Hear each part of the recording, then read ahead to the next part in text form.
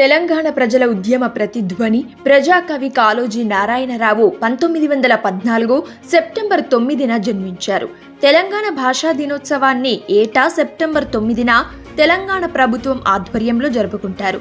కాళోజీ నారాయణరావు 100వ జయంతి సందర్భంగా సెప్టెంబర్ 9ని తెలంగాణ భాషా దినోత్సవంగా ప్రభుత్వం ప్రకటించింది. స్వాతంత్ర ఉద్యమంలో కీలక పాత్ర వహించిన ఆంధ్రపత్రికను 1908 సెప్టెంబర్ 9న కాశీనాథుని నాగేశ్వరరావు పంతులు ప్రారంభించారు.